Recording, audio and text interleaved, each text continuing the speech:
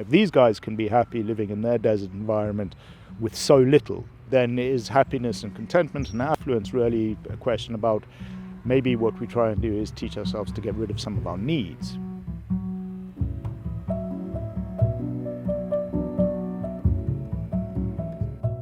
I'm James Suzman, I'm an anthropologist and I'm a writer.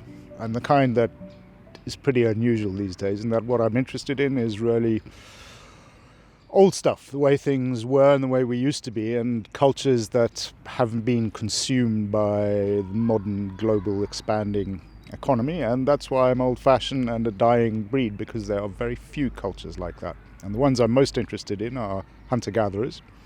And the hunter-gatherers I'm most interested again are the Kalahari Bushman peoples of southern Africa, which we know now really the descendants and the most geographically stable community in human history. So we know that they've lived there pretty much since the very origins of Homo sapiens. When I was small, I was always told I was lazy and useless and didn't care for work, and they were right. But the main reason I got interested in actually writing about work was, again, firstly to do with the Jintwasi, the Bushmen I was working with, were famous for working very little. So what they became best known for in history was, and anthropology was, studies which went to look at how hard they worked and how well nourished they were. And these studies turned everybody's ideas of what hunter-gatherer life was completely on their heads. Before then, everybody thought hunter-gatherers led short, miserable, difficult, rubbish lives. Turns out that these hunter-gatherers, despite living in a desert, actually spend only about 15 hours a week getting their food, were better nourished than most people in Western Europe at the time when these studies were done in the 1960s, and enjoyed a lot more leisure time than everybody else. So that was my first point of interest. Second point of interest was when I started working with them, the global economy had come to swallow the Kalahari up. They had lost their land, and many of them were forced to look for jobs, or forced to find jobs, or forced to work in terms of the way we organize our working lives. And then it led me to ask lots of questions of myself about it. Why do we work like the way we do? What are our attitudes to work? Why are we so future-focused? Why do we work our way to our graves, or spend all our lives waiting for retirement, which will probably die as soon as we stop working anyway? So these are all kind of questions we all ask ourselves. And I thought I'd have a go at trying to find out why.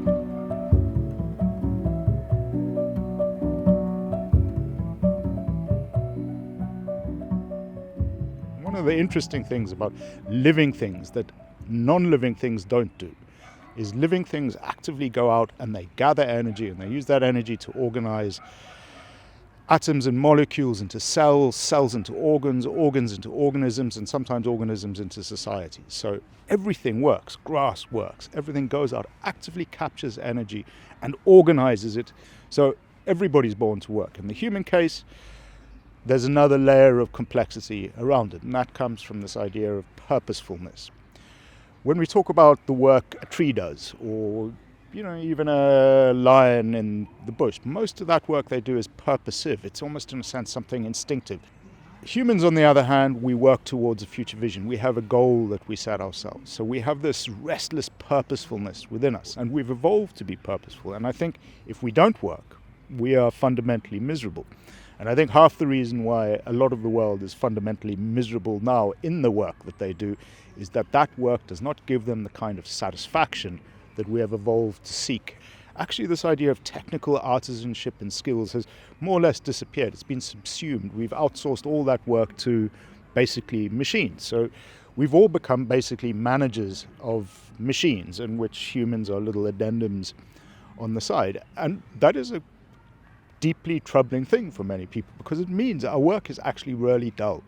And hunter-gatherers are a very good way to think through and look at many of the assumptions we have about the world around us and how we live. When they think about work, they think purely about meeting their immediate short-term needs. Of course, they make things like clothing or jewelry, or they make their bows and arrows, and they're going to know they're going to use that in time. But pretty much all the actual activities they do, the getting of the wood, the getting of the food, the preparing of that food, is done simply for that day. So that was their first important angle on why they didn't work particularly hard. Another one was that they were fiercely egalitarian. So the Jintwasi did not tolerate anybody putting themselves on a higher platform than anybody else. They were absolutely intolerant. And a huge amount of the work that we do, energy we spend, is on trying to make ourselves feel better and grander than the person next to us. So often, even if we're looking for money, we'll be doing it, I will buy a status car. Why? The only reason anybody buys a status car, because you're going to sit in the same traffic jam as everybody else, in their unstatus car. You do it to show off. So you work for that show off. What they did was they just found these relative needs utterly unimportant. They abandoned them. They shoved them to one side. And that meant they had much more time for relaxation. We are very poor at relaxing. On our weekends, we're all sitting there thinking, like, Christ, is there an email I've got to respond to? I know there's something, I haven't paid this bill, I've got to do that. And if you do relax, there's something nagging at the back of your mind. You're just always thinking, I'm feeling bad about it, and then you're worried about the next day. The Jinkwasi were really good at relaxing when they relaxed. Sun came out, it's a Kalahari day, it's bloody hot.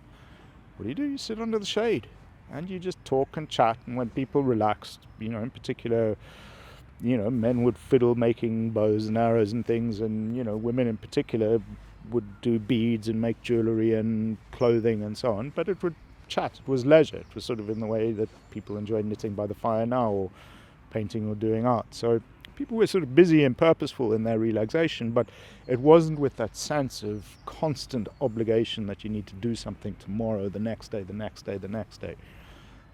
So in that sense, they had this profound sense of contentment out of life that we lack, even though they had much less stuff than we do.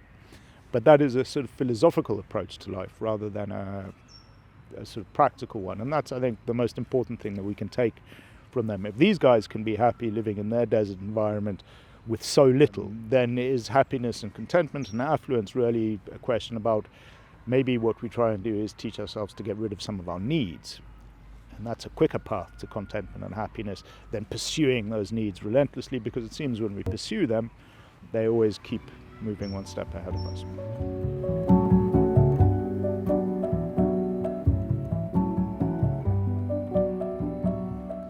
The agricultural revolution is where pretty much all our contemporary ideas about work come from.